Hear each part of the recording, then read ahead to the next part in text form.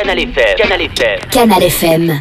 Allez, c'est l'heure de C'est son avis. Chaque semaine, il lit la presse et la commande. Bonjour Logan. Bonjour NJ, bonjour à tous. On va commencer par un grand nombre de journaux étrangers qui ont choisi comme titre Macron, The Fifth Big Test. Oui, le premier grand test pour Emmanuel Macron, encore le chaos du rail, c'est ce que titre la presse internationale et c'est Parisien qui le décrit. The Guardian évoque dans un édito des enjeux très élevés pour Emmanuel Macron et explique que les prochaines semaines vont être tendues pour le gouvernement. Ces journaux étrangers se mettent aussi à la place des Français et le disent, des nerfs vont être à vif, des gens vont s'énerver, la vie quotidienne ne sera pas facile, les grands mouvements sociaux de 95 et de mai 68 sont évoqués, les vieux stéréotypes français aussi, on mentionne que la France est bien championne du monde de la grève. Alors très honnêtement, assumons le fait d'être champion du monde des jours de grève comme être le pays des droits de l'homme, personne n'est parfait, ni même un pays.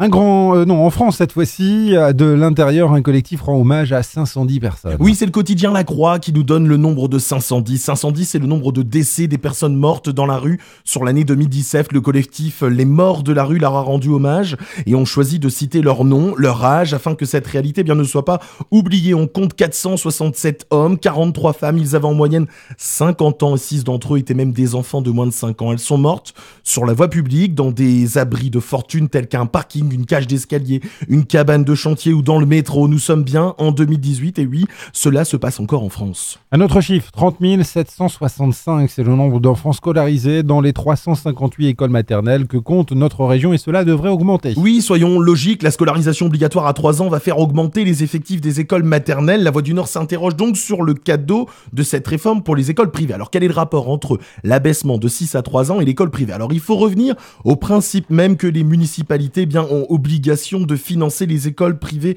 élémentaires sous contrat avec l'État à parité de ce qu'elles versent aux écoles publiques, c'est-à-dire qu'elles doivent donner autant pour un élève du public qu'un élève du privé. En revanche, jusqu'alors, ce financement n'était que facultatif pour les écoles maternelles. Alors va-t-il pousser les mairies à payer la note ou l'État à légiférer pour le financement des écoles maternelles ?